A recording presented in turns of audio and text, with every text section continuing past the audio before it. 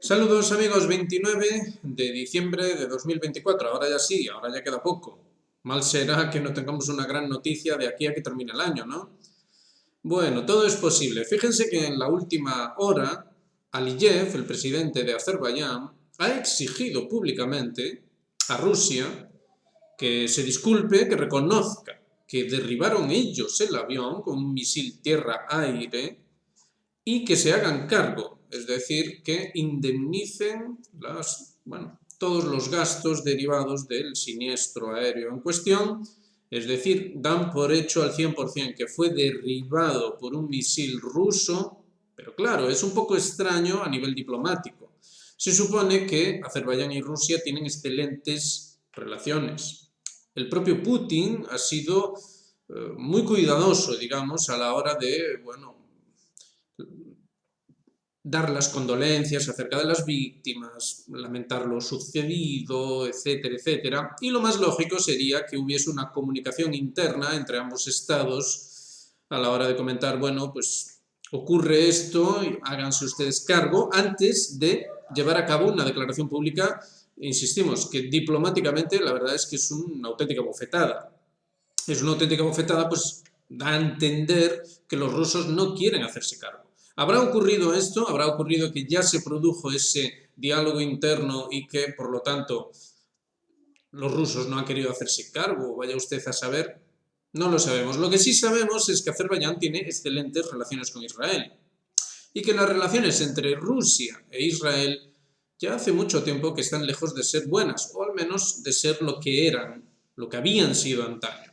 Fíjense que estos días circulan rumores, bueno, no son realmente rumores, es una información acerca de que aquella explosión muy espectacular que había ocurrido en Tartus, en un depósito de armas del ejército árabe sirio, cerca de la base naval rusa, que de hecho en su momento, bueno, nosotros pusimos la información acerca de lo espectacular que era la explosión, era tremenda, era cuestión de horas que había caído el régimen de Assad, como es denominado en Occidente, y los israelíes rápidamente tomaban medidas, y la primera medida, de las primeras medidas que tomaban, era ese bombardeo sobre ese depósito de armas del ejército árabe sirio allí en Tartus.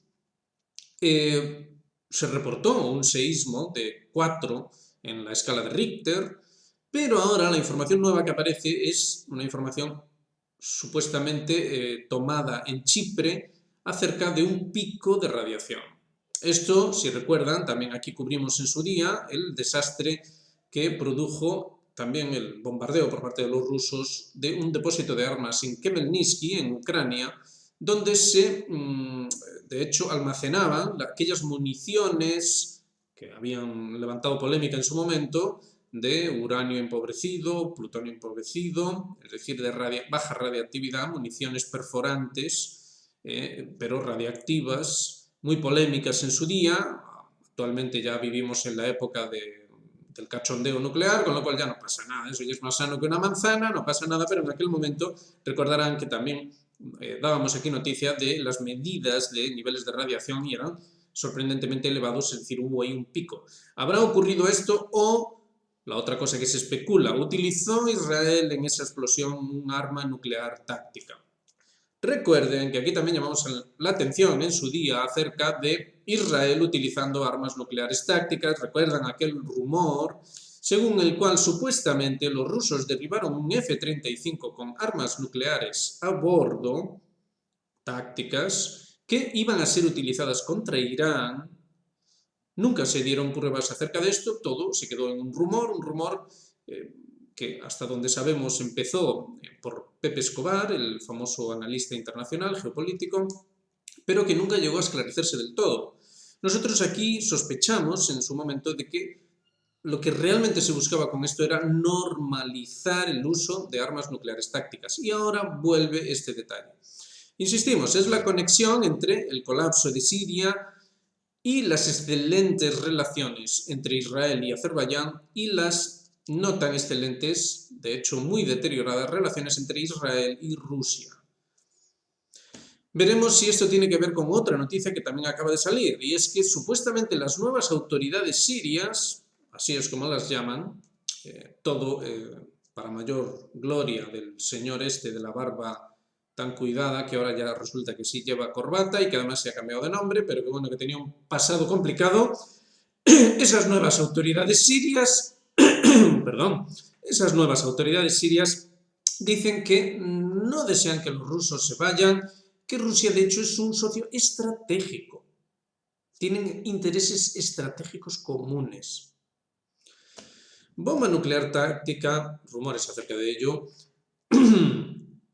cuestiones estratégicas, ese avión derribado supuestamente por un misil ruso, ese exabrupto diplomático por parte de Aliyev, el presidente de Azerbaiyán, es obvio que aquí se están moviendo cosas. Se mueven cosas precisamente el día en el que al final parece que sí, que la señora presidenta, expresidenta de Georgia, se ha decidido a abandonar el palacio presidencial y no va a seguir dando guerra, o eso parece.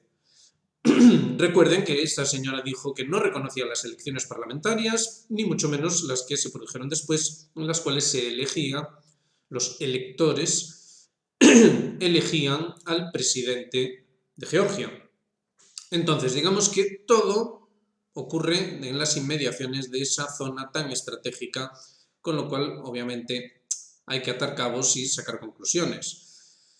¿Qué puede significar todo esto? Bueno, obviamente necesitamos más información, la iremos viendo según pasa el tiempo, pero parece claro que algo debe ocurrir con respecto a el baile de alianzas y socios estratégicos que ha resultado de la caída de Siria.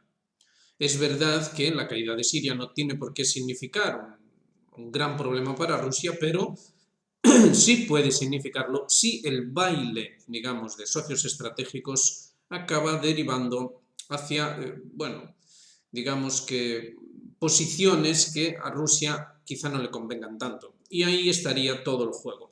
Recordemos también que la cuestión kurda está muy candente. Los estadounidenses supuestamente protegen a los kurdos, pero de aquella manera.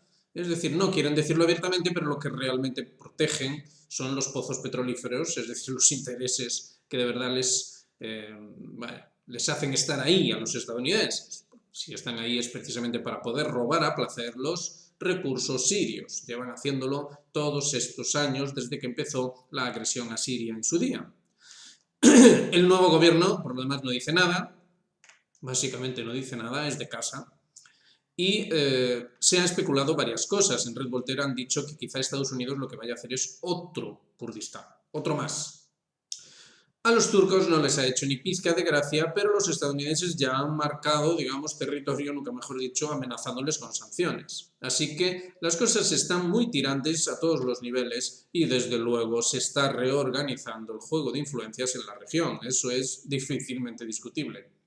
Veremos qué pasa en lo sucesivo, pero bueno, hoy queríamos tratar, esto es, digamos que el repaso inevitable, así como la caída o los problemillas de los Boeing 737 que están ocurriendo ahora mismo en todo el planeta, aparte del desgraciado accidente en Corea del Sur, que la verdad ha sido una auténtica tragedia. Ha habido también problemas en Canadá y últimamente también se reportaban problemas quizá en Noruega o algo así, no recordamos exactamente, pero vaya, que hay varios aparatos, concretamente Boeing 737, que están teniendo problemas, están causando problemas. Bueno, ya veremos en qué termina todo esto, pero está claro que la acusada decadencia de la empresa Boeing y sus pésimas gestiones, inversiones, etcétera, obviamente están teniendo que ver reducción de costes, protocolos de seguridad, etcétera, etcétera. Bueno, forma parte del colapso del que siempre estamos hablando aquí, que queramos o no se está produciendo, la modernidad está en pleno colapso, el proyecto moderno en cuanto a proyecto civilizatorio también, pero ya independientemente de si queremos o no valorar la cuestión civilizatoria, está claro que el sistema está en puro colapso. Así que veremos qué inventan en Estados Unidos para hacernos pasar esto por algo estupendo y maravilloso. Seguro que van a inventar algo y además lo van a hacer rápido. Queremos derivar el vídeo también hacia un repaso del año, pues ya estamos a 29, Y entendemos que hay 5 grandes noticias, 5 grandes eventos que resumen bien este año. El primero, que al final ha resultado ser mucho más significativo de lo que hubiera parecido en un primer momento, fue aquel misterioso accidente, que nunca sabremos si realmente fue un accidente, bueno, oficialmente fue un accidente, del presidente iraní Raisi. Muchas cosas estaban por suceder en el Oriente Medio, pero en aquel momento solo sabíamos que Israel había llevado a cabo, mediante lo que sea que ocurriese aquel 7 de octubre del año pasado, implementó básicamente un genocidio monstruoso sobre Gaza, pero la cosa derivó a un ataque al Líbano. Se produjo este año esa invasión del Líbano, después de muchas vueltas y revueltas. Israel se decidió a llevar a cabo la invasión, pero no le salió nada bien y tuvo que salir de allí. Recordarán también que previo a eso ocurrieron cosas asombrosas y espectaculares como los asesinatos de Haniyeh o el propio Nasrallah, de mucha gravedad, puesto que bueno, era el cabeza de Hezbollah, pero digamos que era un líder sumamente carismático dentro del mundo chií al menos. Israel jugó todo lo sucio que pudo y más, de hecho estábamos hablando ahora de ese eventual uso de un arma nuclear táctica, y básicamente lo que hizo fue representar, como siempre, los intereses estadounidenses en la zona. Y eso nos lleva a la otra noticia, Trump sumamente sionista y muy favorable a esta expansión de Israel. Israel está ahora mismo expandiéndose ya sobre Siria, los planes obviamente serían una suerte de entendimiento con los intereses específicamente estadounidenses para que ese Israel llegue al Éufrates tal y como exigen las profecías, ¿verdad? Según la interpretación que hace Netanyahu de ellas y el entorno de Netanyahu. Y digamos que en ese sentido Trump fue perfilado este año como una suerte de enviado divino, con ese intento de asesinato, esa fotografía épica y todo eso que de hecho le llevó a la Casa Blanca, tomará posesión en 21 días escasamente, 22. Otro evento fue que precisamente, ya que había un cambio de administración en Washington, la administración Biden se decidió a permitir esos ataques en profundidad en Rusia. Eso también marcó un antes y un después claramente. También, obviamente, la propia operación sorpresa por parte de Ucrania, pero con apoyo total de la OTAN, de la invasión de Kursk, es decir, invasión de territorio histórico ruso. Todo esto, digamos que fue paso a paso abriendo las puertas de lo que llevábamos diciendo aquí en este canal todo este tiempo. Una guerra mundial que es inevitable, de hecho es planteada como inevitable, y que además tiene un carácter existencial, es decir, ocurre no tanto porque se pueda ganar o porque se desee librar o porque haya intereses o lo que sea, cuanto porque se necesita, es decir, se necesita para mantener a flote el sistema occidental y su necesaria transformación, pues el sistema occidental si no se transforma pierde sentido y simplemente desaparece. Entonces, obviamente, se fuerza la transformación, se fuerza ese paso a un nuevo sistema, a un nuevo mundo, a una nueva concepción del ser humano, etcétera, etcétera, y obviamente los estados díscolos, aquellos que no están de acuerdo en los puntos esenciales del proceso, porque en otros muchos puntos sí lo están, pero no en los puntos esenciales, deben ser aniquilados. Entonces la guerra era del todo inevitable. Todos los pasos que se han dado han ido en esa dirección. Pero digamos que la guinda del año fue la caída de Siria. Esto sí que, digamos, terminó de remover absolutamente todos los elementos. La caída de Siria es muy simbólica. Siria fue uno de esos puntos agredidos en 2011 ya dentro de la doctrina Rumsfeld-Zebrowski, que debía, de hecho, transformar el Gran Medio Oriente. Pero no cayó, esa es la cuestión. Primero resistió heroicamente a una agresión jamás vista, la agresión del ISIS, una creación de la OTAN, una creación occidental, es algo bien sabido, que digamos que también sintetizaba, no condensaba, mejor dicho, condensaba siglos ya de metódico trabajo para la creación de un movimiento que catalizase, digamos, la fuerza del mundo árabe, del mundo islámico, el mundo suní, para utilizarlo en los propósitos del proyecto moderno. Entonces, todo esto fue frenado en seco primero por la propia Siria, después por el propio Irán y el propio Hezbollah, que jugaron un papel importante, y ya, por último, por Rusia, que entra en esta guerra en 2015, después de los problemas en Ucrania, que consideran como una agresión de la OTAN, el Maidán, la anexión de Crimea, y entran en Siria, con lo cual digamos que frenan en seco toda esa deriva que la administración Obama estaba llevando a cabo de forma bien exitosa, por lo demás. La caída de Siria, después de todo eso, después de haber aguantado todo este tiempo y después de que Rusia lanzase la propia operación militar especial e Israel implementase su operación militar especial también de aquella manera, con lo ocurrido en el 7 de octubre, nos ha llevado hasta donde estamos ahora. Es decir, la caída de Siria es muy, muy significativa a todos los niveles. Veremos todavía, aún falta por ver hasta dónde llegarán las consecuencias de la caída de Siria, pero ya a este nivel, a estas alturas, es sencillamente indiscutible que esto ha sido un paso más en la digamos, apertura de hostilidades ya de forma franca y abierta dentro de lo que es esta guerra mundial. De hecho, a raíz de los ataques en profundidad, con los ataques MS estadounidenses que efectuó Ucrania con uso de tecnología occidental, el propio Putin ya denominó al conflicto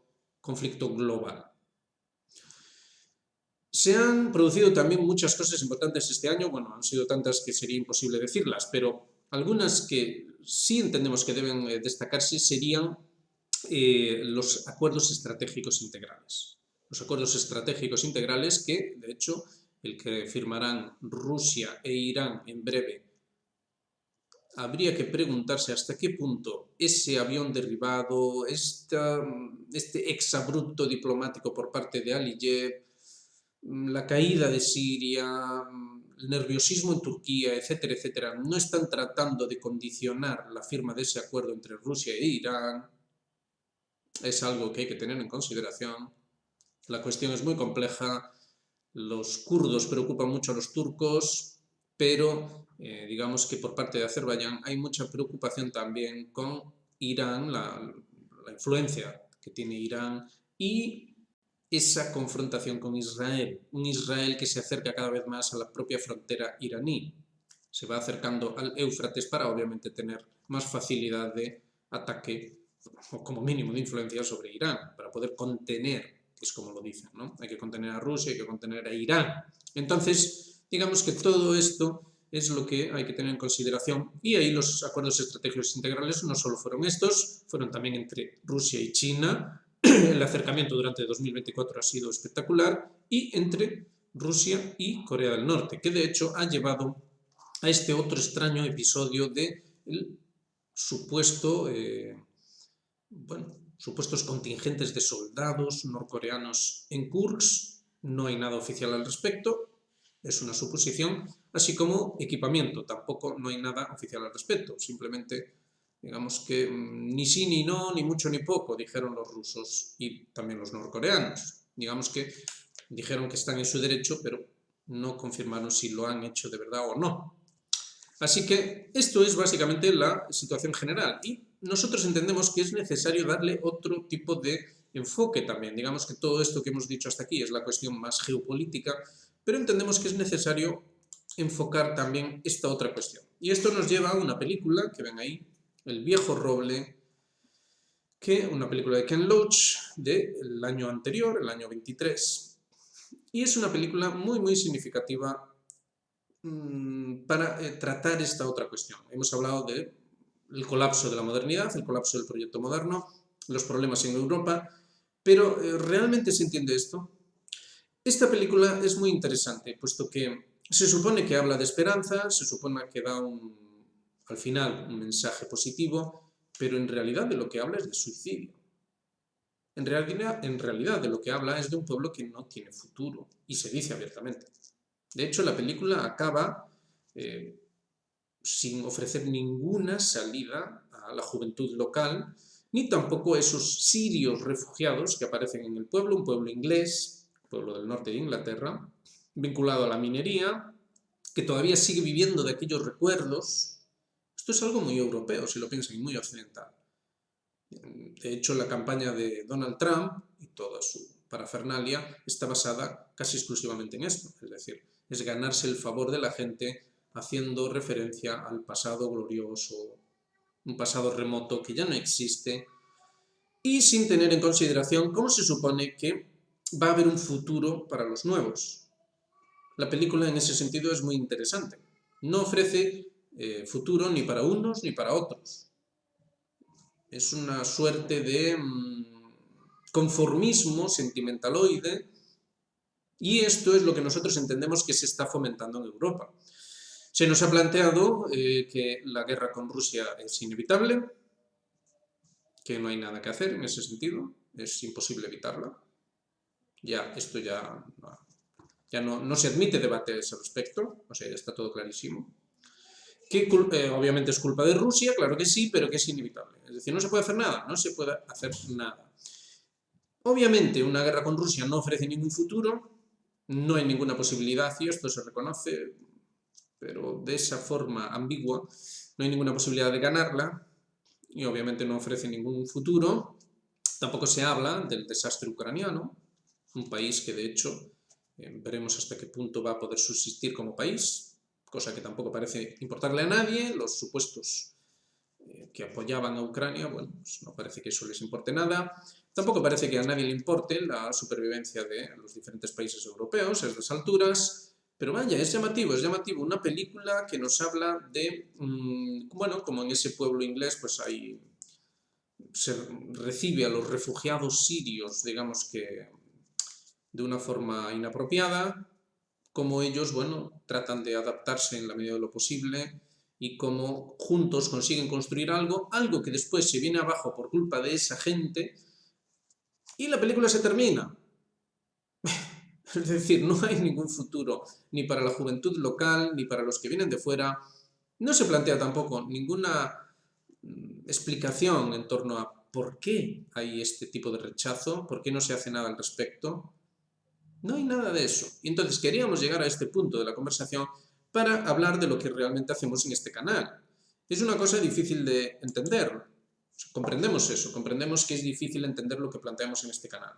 Pero ustedes deben, bueno, si es que quieren tener alguna esperanza real, no como la que planteaba esta película, deben tener en consideración que el fracaso de la modernidad es absolutamente central en toda esta cuestión. No vivimos en un mundo cualquiera que viene del azar o algo así, no. Vivimos en un mundo muy concreto que fue construido de forma muy consciente en torno a una serie de principios, los principios modernos. Esto es histórico, perfectamente comprobable. Es verdad que no se le da publicidad, pero es comprobable. Aquí simplemente lo explicamos de manera explícita, pero realmente es posible acceder a esa información. Ese proyecto se ha demostrado fracasado porque ya lo ven ustedes. Lo único que es capaz a estas alturas de ofrecer es un conflicto global, dicen. Y además dicen que potencialmente nuclear. Esto es lo único que son capaces de ofrecer a estas alturas. Dicen que no se puede dialogar. No se puede dialogar con Rusia. Que no se puede llegar a otro tipo de entendimiento, solo a la guerra. Una guerra que por lo demás también se reconoce que no se puede ganar. Es decir, básicamente se nos está diciendo que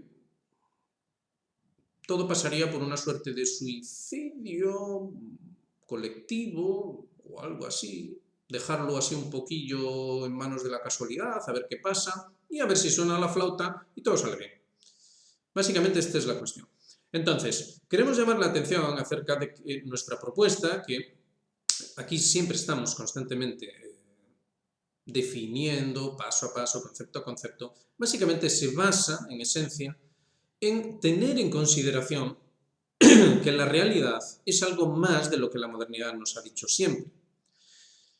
Que no es nada extraño lo que vamos a decir, porque es lo que siempre se dijo en todas las tradiciones, y esos países díscolos también lo están diciendo. Y es que básicamente hay tres órdenes de realidad, uno de los cuales es el que normalmente se llamaba como espiritual, o algo así, esencial o metafísico, y que básicamente haría referencia a los principios metafísicos que no tienen nada que ver con la representación formal a ningún nivel, sino que serían simplemente las esencias, las raíces de toda realidad.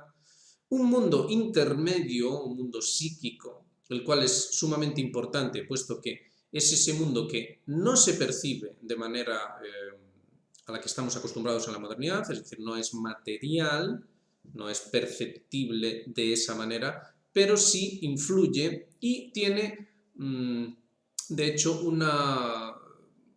de hecho condiciona de manera absoluta al ser humano, de manera absoluta, dentro de lo que básicamente en la tradición se denominaba como mundo simbólico. Es decir, un mundo simbólico, un mundo, para entendernos, de ángeles y cuestiones así por el estilo, que trataba de hacer llamada acerca de los arquetipos. Estos ya sí formales, pero arquetípicos, es decir, las primeras formas, los primeros elementos que nos permiten estructurar a nosotros mismos nuestro propio pensamiento. Nuestro pensamiento, nuestra mentalidad, ha sido estructurada por la modernidad y no sabemos siquiera de dónde vienen esas estructuras. Es algo que debería llamar la atención. No se habla de ello, no se investiga, no se tiene en consideración, etcétera, etcétera.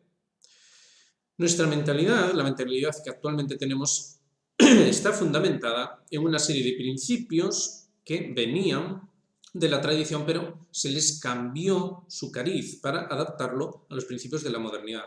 Unos principios de contradicción con lo anterior y espíritu de sistema, es decir, había que hacer algo que fuera esencialmente diferente, contrario a lo anterior, y todo debía considerarse dentro de un sistema cerrado. Es decir, se rechazaba de plano la noción tradicional de que este cosmos es abierto, no es cerrado, no es de hecho susceptible de mantenerse en la realidad si uno lo cierra. Es decir, si uno, por ejemplo, renuncia a su conexión, por así decir, con la naturaleza, esto tendría consecuencias nefastas. Bueno, la modernidad desafió esto por completo y se nos configuró una estructura mental y ni siquiera se habla de ello.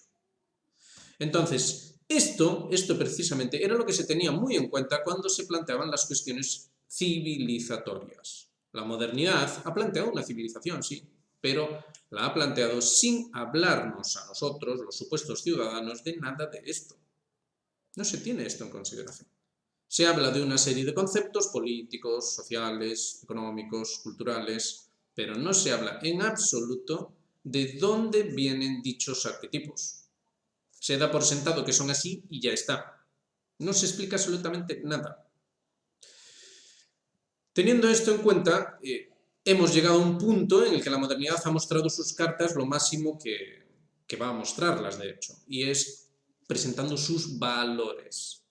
Presentando sus planteamientos, y son planteamientos que, por eso precisamente hacíamos alusión a esta película, son planteamientos que básicamente lo que hacen es sugerir el suicidio. Es decir, esta humanidad en su actual configuración no sirve, debe quitarse de en medio. Entonces, todo ese sentimentalismo, todo eso, debe como llevar a una especie de suicidio tranquilo. Esto es así. Entonces, si ustedes no quieren ir por esa vía, y esperamos que no, deben saber que lo que estamos enfrentando es el fracaso de la modernidad. Esto que estamos diciendo no es más que el fracaso de la modernidad. Es decir, la modernidad ha llegado a ese punto en el que debe mostrar sus cartas y sus cartas son un puro fracaso. La modernidad, como proyecto, es incapaz de solventar los problemas que ella misma ha creado. No sin llevarnos a un desastre. Es decir, no sin ofrecernos el suicidio como única solución. La modernidad es como una gran secta, una de esas grandes sectas, ¿verdad? Como esas famosas que todos conocen, en las cuales al final todo termina en un suicidio colectivo. Así es la modernidad y esto hay que entenderlo, hay que analizarlo, debe haber un debate al respecto y deben sacarse las conclusiones pertinentes. Entonces, ¿qué es lo que se propone como alternativa aquí? Y, bueno, lo decimos muy en síntesis, ya que terminamos el año, queda ya poco, pues bueno, es un buen momento para decirlo. Lo que se propone aquí, en geopolítica actual, es sencillamente recuperar esas nociones de las que hemos hablado. Es decir, debemos recuperar el entendimiento de que hay más mundos, que no es solo lo que nos propuso la modernidad. Debemos recuperar el entendimiento de que debemos vivir en conexión con la naturaleza, la cual es más que lo que se percibe. Es un mundo psíquico de arquetipos, una serie de arquetipos cósmicos, como enseñaban todas las tradiciones, a los cuales nosotros debemos atender y debemos, digamos, adaptarnos, complementarnos, integrarnos, porque sencillamente eso es bueno para nosotros, no por otra razón, simplemente porque es lo ideal. La sociedad debe organizarse de esta manera y obviamente para poder hacer semejante cosa debe abandonar básicamente la mentalidad, la estructura mental que le insertó la modernidad, que básicamente se basa en una pasividad absoluta y una hiperlimitación dentro de un sistema cerrado. Entonces debemos, como individuos, ser capaces de entender que necesitamos tomar responsabilidad sobre nosotros mismos para asociarnos de manera también responsable y de este modo sí ofrecer un futuro a los que vienen detrás.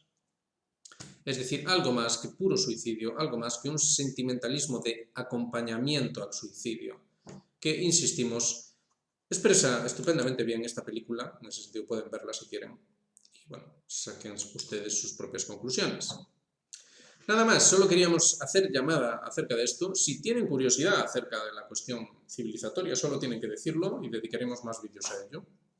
Pero por lo pronto es necesario concienciarse acerca de la necesidad de hacer estas cosas que hemos dicho, tener en consideración qué es lo que realmente está pasando ahora en este mundo moderno en el que vivimos, ver realmente las causas de manera responsable, con pensamiento crítico, con auténtico pensamiento crítico, sin limitaciones, plantearse si todo esto no es un gran engaño y en caso de sacar como conclusión de que efectivamente así lo es, bueno, pues entonces tomar cartas en el asunto de manera adecuada, obviamente empezando por el principio.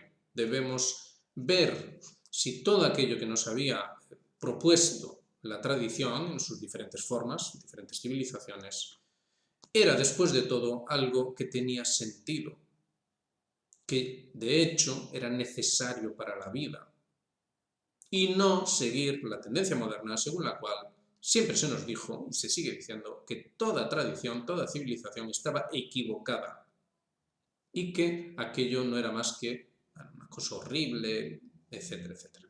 Y bueno, simplemente dejar siempre la misma puntilla, porque siempre hay alguno que aparece y dice, bueno, este señor está diciendo que tenemos que vivir como los monos o algo así. No, en absoluto. Aquí no hemos ni siquiera mencionado la cuestión de los logros técnicos de la modernidad, cosa que no discutimos ni vamos a discutir nunca. No hemos hablado de ello porque sencillamente no viene al caso. Los logros técnicos de la modernidad pueden seguir ahí, pero si no se hace al respecto, nada al respecto de los principios, entonces no servirán de nada dichos logros técnicos, de nada en absoluto, porque, insistimos, lo único que ofrece la modernidad, lo único que ofrece este proyecto moderno es el suicidio. Así que lo dejamos ahí. Bueno, hemos hecho repaso un poco de las últimas noticias y hemos hecho también un pequeño repaso del año y además hemos podido decir un poco qué es lo que hacemos en este canal y cómo paso a paso vamos bueno, sentando las bases para la conformación de una institución que pueda acabar llevándonos hacia fundar una auténtica civilización. Ya va siendo hora. Y bueno, si tardamos mucho, pues no va a haber mucho que fundar tampoco.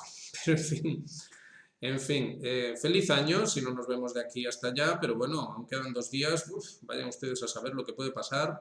Así que nos vemos en la próxima, pero bueno, ya saben, hagan me gusta, suscríbanse, activen notificaciones y háganse miembros del canal. Nos vemos en la próxima. Venga, un saludo muy grande.